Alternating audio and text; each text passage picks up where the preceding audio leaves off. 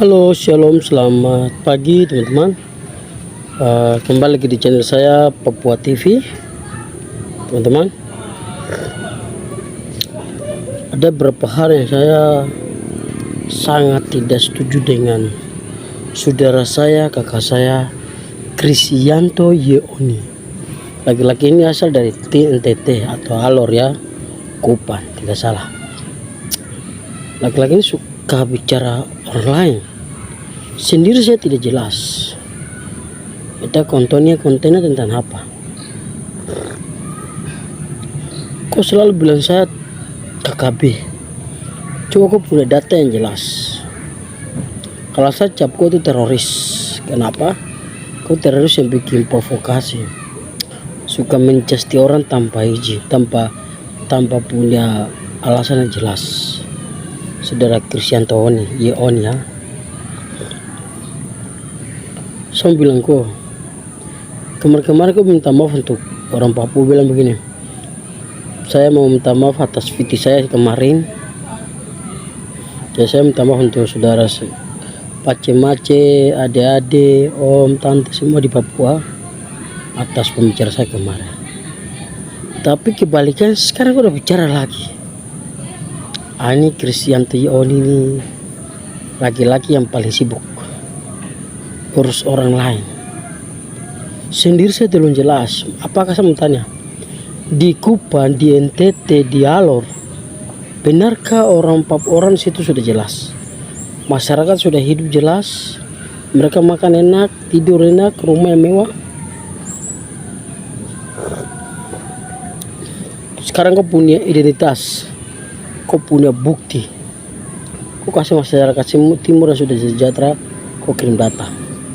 Atau kau fiti-fiti kita masyarakat di daerah kampung pedalaman sudah sejahtera, makan enak, tidur enak, baru kau kritik orang lain. Itu begitu. Jangan seolah-olah kau dengan tanpa amburadul untuk menjasti orang tanpa punya bukti yang jelas. Kemarin kau bikin fiti, kemarin saya bilang saya KKB. Kau tahukah saya ini adalah orang KKB? Kau tahukah saya ini adalah punya jalur-jalur seperti itu? Tidak. Saya warga negara Indonesia yang punya KTP Indonesia. Maka saya bilang kau mencasti orang tanpa punya alasan yang jelas, tanpa punya bukti, tanpa punya identitas yang jelas. Kau cuma amburadul, cuma mulut bicara, tapi otaknya tidak berpikir. Apakah saya itu sudah bicara untuk orang ini sudah benar? Tidak. Dan kau konten-konten semua itu tidak punya inspirasi sama sekali. Kau harus ambil contoh dari macam seperti Meridiana, Rolling Supiawan. Mereka begitu memotivasi mereka buat anak-anak yang mungkin putus asa atau apa. Kita bisa bagaimana untuk bisa maju. Tapi sudah ada Krisyanto Yeoni seolah-olah tahu segala semuanya. Dan dia mencasti orangnya tanpa punya bukti, tanpa punya identitas, tanpa punya alasan, tanpa punya, pokoknya tidak punya hal bukti sama sekali. Kau cuma mencasti orang tanpa bukti. Kau bicara orang lain tanpa punya bukti. Kau cuma dalam hati berpikir saya di otak untuk berbicara, untuk kepentingan kau punya konten YouTuber sebagai konten. Nah, saya mau bicara kau buka konten bukan seperti itu. Maaf ya kalau saya kritik ya. Kau buka konten bukan seperti itu. Konten itu yang bikin edukasi, inspirasi banyak orang. Kalau kau cuma mencari orang coba juga tonton kau video. Susah juga kalau kita menonton kau video. Kau saja model begitu. Siapa juga mau tonton kau video. Kritik orang tanpa punya jelas, kritik orang tanpa punya identitas yang jelas. Nah itu. Jadi tolonglah sadarkan diri. Saya ini sudah jelas atau belum? Saya punya bukti jelas atau belum? Kalau tidak punya bukti jelas, janganlah. Jangan seolah-olah saya tahu segalanya.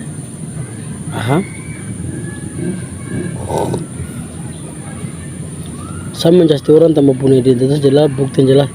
Jangan seolah-olah saya tahu segalanya. mereka kritik orang lain. Gue abad kedua ke abad yang baru ini atau tahun yang baru ini baru kau muncul di media. Itu kau bicara kor-kor di media, padahal di belakang layar kau itu juga susah juga. Kau cuma mengkritik Prabowo, mengkritik Ganjar Pranowo, Jokowi, dan pemimpin negara lain tanpa kau punya alasan yang jelas. Kau cuma dari NTT alor cuma berpikir langsung Jakarta. Kau cuma dari alor NTT langsung pikir langsung Papua. Kau cuma alor langsung pikir langsung luar negeri. Nah itu, cuma berpikir saja. Dan kau punya taksir apa pemikirannya tidak punya landasan yang jelas.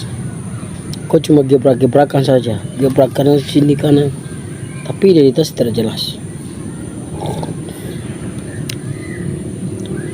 Saya sarankan supaya pemerintah setempat bisa dibatasi atau pemiliknya YouTube tolong diblokir akun channel Krisyanto Yoni. Alasannya apa? Mencaplok sana mencaplok sini tanpa punya identitas yang jelas. Kau bicara seolah-olah kau tahu. Kau bilang KKB di Papua itu begini membunuh. Tidaklah. Mereka punya ada undang-undang yang mengatur tentang mereka punya cara perang terhadap warga masyarakat, bukan warga masyarakat, terhadap pihak yang mana. Contohnya, ya wajib mereka tembak di Papua. Itu adalah militer. Satu TNI, minta maaf TNI, polisi minta maaf juga buat polisi atau intelijen atau intel ya, itu wajib KKB atau kelompok separatis Papua mereka tembak karena mereka tahu bahwa mereka adalah perlawanan negara atau mereka tahu bahwa mereka adalah tangan besinya negara. Jadi masalah penembakan di Papua itu sudah bukan jadi tradisi ya. Ini merupakan kombatan di mana militer dengan KKB. Ini politik ya, perang politik. Jadi sekali-sekali perang antar Papua yang dibelah PMK KKBK dengan TNI Polri itu seolah-olah bukannya peran agama atau bukan antar peran suku, tapi itu adalah peran di mana membuat sebuah negara atau mau menjadikan sebuah negara, otomatis dia akan berlawanan dengan militer. Militer siapa? TNI. Militer siapa? Polisi. Otomatis jelas-jelas arahnya ke situ. Dan saya bicara karena bukan saya lahir dari OPM. Saya bicara bukan ahli pembicaraan OPM. Tidak. Tapi kami ini lahir di Papua. Kami dibesarkan di Papua. Kami ditinggalkan di Papua. Kami makan di Papua. Kami tahu seluk-beluk daripada OPM, seluk-beluk daripada KKB, seluk-beluk daripada separatis. Lahirnya di mana? Terjadinya di mana? Ya pembentukan itu siapa? Kami bisa tahu. Pasti teman-teman lahir di Papua, kalau pasti sejarah mereka ketahui sejarahnya. Tujuannya apa? Ya. Jadi tentara mau merdeka, mau tembak polisi dan OPM juga hak mereka. OPM juga tembak tembak TNI atau tembak polisi itu juga haknya mereka. Kenapa saya bilang hak? Itu menjadikan kewajiban mereka. Sama-sama baku serahan itu mereka adalah sudah ambil keputusan. Kenapa saya bicara keputusan? Di mana keputusan yang menjadikan bahwa mereka adalah mempertahankan wilayah kesatuan Republik Indonesia. Salah satu adalah TNI, Polri. Mereka punya hak penuh mutlak untuk menjaga kesatuan kedaulatan negara Republik Indonesia. TNI tembak polisi dan bukan TNI ya, OPM atau KKB tembak polisi dan TNI. Itu merupakan kewajiban mereka. Kenapa kewajiban? Itu realita. Itu fakta. Kita tidak bisa pungkiri, itu fakta nyata. OPM baku serang dengan TNI dan Polri. Itu adalah mereka juga memperjuangkan di mana hak-hak orang Papua. Pertama, hak atau harus dikembalikan Jadi hak yang pertama adalah yang mau kembalikan itu pertama contohnya OTS ya, PNS, kepala bidang, kepala dinas, kepala seksi, bendahara, bupati, gubernur sampai atas sampai atasan itu dikembali hak mutlak penuh bagi warga negara kesatuan Republik Indonesia. Atau tidak, mereka tembak opem, tembak polisi dan TNI itu merupakan hak kewajiban. TNI juga tembak opem itu merupakan kewajiban, dan ambil keputusan yang benar-benar bahwa saya berjuang untuk mempertahankan wilayah saya. Saya berjalan sesuai dengan aturan hukum yang berlaku. Saya berjalan sesuai dengan tugas yang diberikan oleh mandat. Saya tidak bisa lari daripada kenyataan itu. Jadi kita sama-sama doakan, kita sebagai warga masyarakat yang baik, kita sama-sama doakan supaya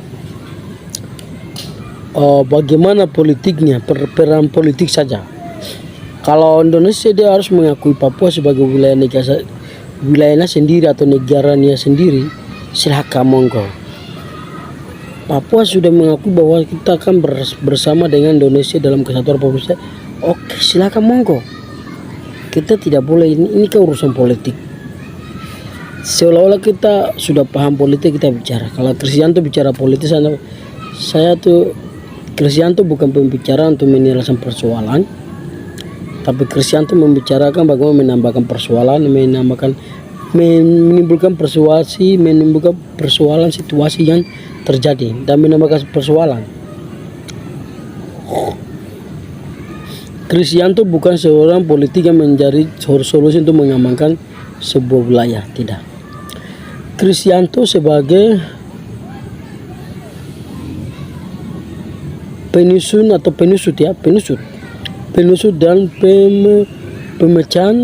pemecahan situasi dan menambahkan situasi yang terjadi di Papua. Kenapa saya bicara begitu? Dia pembicaraan itu kata-kata menimbulkan persoalan, menambahkan persoalan, dan menjadikan persoalan yang besar lagi. Jadi kalau kita sudah paham, kita diam. Itu urusan politisi. Indonesia punya namanya duta, bagaimana bermain di luar negeri untuk mengamankan Papua. Papua punya organisasi namanya POWEM, ada punya jaringan-jaringan bagaimana untuk mengamankan sana, bagaimana bisa menangkan di sana, di PBB dan di sana. Kalau kita masyarakat soal Papua, jangan bicaralah, kita diam saja begitu. Apalagi kau yang sebagai orang Papua, Kristianto, kau bukan orang Papua juga. Kristianto, kau bukan orang asli Papua juga bukan. Kau bukan satu ras dengan orang juga bukan. Kau saja beda, sudah beda pulau, sudah beda suku sama sekali. Kau tidak punya identitas Papua. Sekarang kau bicara-bicara terus, satu Papua ini sepakat kasih pulang kau punya orang-orang timur ke Alor ke yang semua tinggal di Papua ini, kasih pulang ke kau punya tempat. Kau sudah tidak kasih makan dong, itu baru goblok sampai. Konten apa boleh begini? Kau bukti kau kasih makan punya orang Alor di situ. Sudah sejahtera ke belum? Sejahtera, oke, saya bilang kau. Kau sudah menumpan itu di sini kasih makan sampai capek-capek. Begitu orang sini kursus sampai pekerja semua penuh gara-gara kau orang penuh sini saja. Bagusnya tuh masih terima kamu, coba. Bagusnya tuh masih terima kamu. Atau bilang bertemu, khusus orang dari Kupang, NTT dan Alor dipulangkan ke tempat asal. Jangan berani kita data semua. Kita minta dinas transmigrasi, data semua yang tuh asal dari Kupang, NTT, yang semua asal KTP dan pernah di sana. Data semua diambil dan dipulangkan dari kita bekerjasama dengan MRP, DPR, kepala suku, kepala kampung dan masyarakat, kepala bupati, gubernur, bupati ada Manokwari, camat. Kita sepakat kampur orang ada Manok, seluruh tanah Papua ini dipulangkan. Terus pertanyaan kembali, Kristianto kau tanggung jawab dorang, kasih makan dorang. Pokoknya numpuk anak-anak sekolah kak, mau apa kak, itu urusan kamu. Supaya kamu tahun sini aman. Kamu datang saja bikin kotor-kotoran di sini. Data bikin kotor orang sih, kenapa bikin kotor? Data sampai alih jabatan sini mau kepala seksi, mau bendahara. Terlalu aneh sekali orang-orang ini. Kok data bikin kotor orang sini semua? Muntas pegawai setengah mati. Tuh muntas ini setengah mati. Itu gara-gara siapa? Kamu orang-orang dari situ. Pegawai sini dipenuhi semua gara-gara kamu. Itu nyata, atau bicara itu nyata ya. Dari kantor dinas sampai bupati sampai gubernur itu gara-gara kamu data penuh. Akhirnya orang Papua disisihkan. Ya saya bicara maaf ya, bukan apa tapi itu nyata. Kalau sekarang kamu marah boleh, tapi saya bilang ini kita buka kartu. Kita buka kartu saya. Mau honor kah, PNS kah, kepala seksi kah, bendahara kah, kepala dinas kah, kamu semua ambil alih. Seolah-olah kamu yang tahu tempat, seolah-olah kamu yang punya wilayah, seolah-olah kamu yang lahir di sini, seolah-olah kamu punya wilayah kantor, seolah kan sudah diputuskan masing-masing tempat toh. Ambon kembali ke wilayah kelola. Jawa aku kembali ke punya Jawa, aku kembali ke kelola. Di Jakarta kembali ke kelola di Jakarta. Kalimantan kembali ke Kalimantan kelola. Di Batak aku kembali ke wilayah Batak kelola. Sudah diputuskan. Dulu boleh orang Papua tidak sekolah pintar apa, tapi sekarang Papua sudah pintar. Malah ada ya S1, S2, S3 semuanya ada. Semua sudah ada. Ya. Justru kamu datang di Papua ini kami nama persoalan. Karena persoalan kamu harus tahu. Orang Papua mau tes pegawai, alasan kursi penuh, kuota penuh. Karena siapa? Itu karena kamu datang monopoli jabatan-jabatan mereka atau kantor-kantor mereka mutas penuh. Kedua, orang Papua mau maju bupati, alasan karena kita punya ini kurangnya ada kasih masuk ini dari Jawa Ambon, kau maju DPR bupati kau dapat.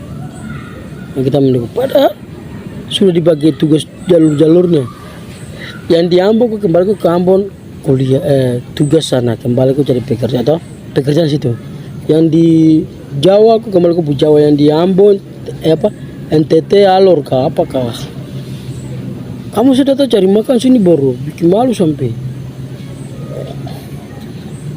bikin sesak-sesak Papua saja.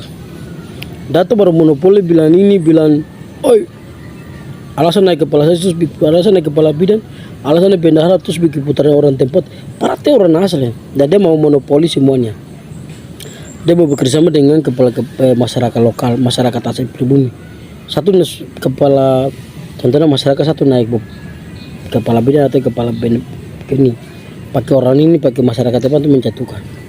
Kamu politik kita sudah tahu, kamu politik. Kita harus bongkar kartu saja. Dan Jokowi itu Presiden Jokowi tidak bisa diam dengan hal ini. Segera Presiden Jokowi jangan diam-diam. Kenapa diam-diam? Justru dia akan menangkap persoalan. Bentuk tim pansus khusus untuk datang tinjau di Papua. Cek dari semua, dari pekerjaan ya, mulai dari hotel, hal macam tempat-tempat toko itu harus orang Papua. Konter pun harus Papua. Kalau pemiliknya orang pendatang, minimal kerja itu orang Papua, sehingga tidak terjadi persoalan-persoalan yang kita tidak diinginkan. Kenapa tujuan apa? Mengamankan situasi di Papua. Itu solusinya. Kalau kalian datang untuk monopoli semua jabatan ada di Papua, maaf ya, kalian datang monopoli jabatan di Papua, otomatis satu Papua ini akan bergerak. Mereka marah. Kalian belum tahu, belum dapat orang cerita. Saya ini telinganya tembus sebelah. Kenapa? Masyarakat Papua mengeluh. Kita ini mau tes pegawai, kita ini mau tes maju dewa, kita ini maju bupati. Susah karena orang-orang pendatang monopoli. Kita buka kartu saja. Kepala dinas dimonopoli oleh masyarakat yang punya pribumi, dia punya jabatan. Kalau sebab mau kau pintar bagaimanapun, kau harus ikut. Ingat, kau mau pintar buatin, tapi kau tidak boleh ambil alih. Karena sudah dibagi tugas. Itu masuk dalam jalur otonomi khusus. Saya tidak bisa pungkiri, orang tempat mau naik bupati kak, mau naik gubernur kak, mau naik camat kak, kepala dinas kak, bendahara kak, itu hak dia. Jangan sampai pakai tugas jabatan cara-cara lain untuk pakai orang lain, orang masyarakat pribumi untuk menjatuhkan pihak yang satu atau kepala bidang satu atau masyarakat pribumi situ. Itu ingat, hari ini kau bicara kau menjatuhkan dia, tapi dia itu adalah punya masa pribumi, otomatis dia bicara ke masyarakat dan kita demo. Itu ya, kita jadi ingat.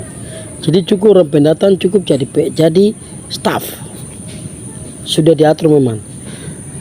Tujuan dari kamu dari Jawa, dari sana datang ke Papua, jadi bekerja di Papua, cukup saja jadi staff. Kamu lebih daripada itu, bikin menciptakan persoalan baru. Justru Papua minta merdeka itu karena satu hal yang itu. Semua diambil alih oleh pendatang, orang-orang, sehingga orang Papua nasib pribumi itu sangat susah untuk mereka mau masuk di jabatan penting, susah. Akhirnya mereka disingkirkan dari tempat mereka. Padahal itu hak mereka. Padahal itu mereka punya tempat. Padahal mereka punya tugas mereka. Mereka punya makan piring, bukan makan piring makan atau tempat makan dapur mereka situ. Perkun datang rasanya monopoli situ. Aku belum dirasakan orang sakit hati. Yang sekali-sekali saya orang pendatang cukuplah jadilah penonton. Itu nyata, jadi penonton saja. Bukan jadi penonton ya, maaf ya, jadi penonton itu salah, tidak baik. Kalian tuh kalau menjadi PNS jadilah staff. Nah kalian bantu kepala bidang, kepala seksi yang kerja itu masyarakat atau orang pribumi, sehingga tidak menciptakan persoalan. Iya, pemerintah Jokowi jangan diam-diam dengan hal ini. Jokowi harus tindak lanjut hal ini. Bentuk pansus itu dikerja dari Sorong sampai di Merauke, cek kantor, cek di mana-mana orang-orang Papua yang dulu di jabatan penting itu, supaya mengamankan situasi. Kalau semuanya kamu ambil alih, ingat, konflik itu akan terjadi. Nah saya bicara ini nyata dalam arti akan terjadi. Jadi teman-teman tolong paham masalah Papua. Kalau mau datang jadi PNS, jadilah PNS dan staf yang biasa. Kalian tidak boleh monopoli jabatan-jabatan penting. Itu orang Papua punya makan situ. Sekarang kamu ambil alih, dia mau kemana? Padahal dia lahir, dia itu orang asal tempat. Itu kembali. Dan Presiden Jokowi jangan sekali-sekali diam. Datang ke Papua, bentuk tim. Kalau Bapak tinggal di Jakarta boleh, kami setuju. Tapi tim itu jalan bekerja dari Sorong sampai Merauke. Cek di semua instansi dari Papua, dari gubernur, bupati sampai itu. Gubernur bukan minimal, itu kewajiban orang asli Papua. Bupati, wakil, semuanya wakil itu orang asli Papua. Intinya semuanya itu orang asli Papua. Dan membuat masyarakat Papua merasa bahwa Otsus tidak gagal. Otsus itu sudah gagal. Kristianto bicara enak-enak di Alor, dia tidak merasakan di Papua. Otsus sudah gagal, orang Papua tidak merasakan amanah jabatan-jabatan penting itu sama sekali tidak ada. Oleh sebab itu Kristianto berpikir yang lebih positif lah. Dia kritik di sana, tapi dia tidak merasakan orang Papua punya rasa sakit hatinya itu. Dia cuma dibicarakan, dipakai orang untuk bicara enak-enak, tapi dia tidak rasakan orang Papua punya kesakitan hatinya. Hati ini luar biasa, sakit luar biasa. Jadi maaf ya, saya bicara kritik ini bukan dalam arti saya menjatuhkan teman-teman pendatang, tidak. Saya bangga deh kalian datang sebuah Papua, tapi jagalah aturan-aturan yang normal-normal yang berlaku di Papua. Otsus itu berlaku untuk orang Papua. Jabatan-jabatan penting itu harus orang Papua penting, orang-orang Papua yang penting yang menduduki jabatan itu. Oke, saya pikir saja. Salam dari saya, Papua TV. Hormat.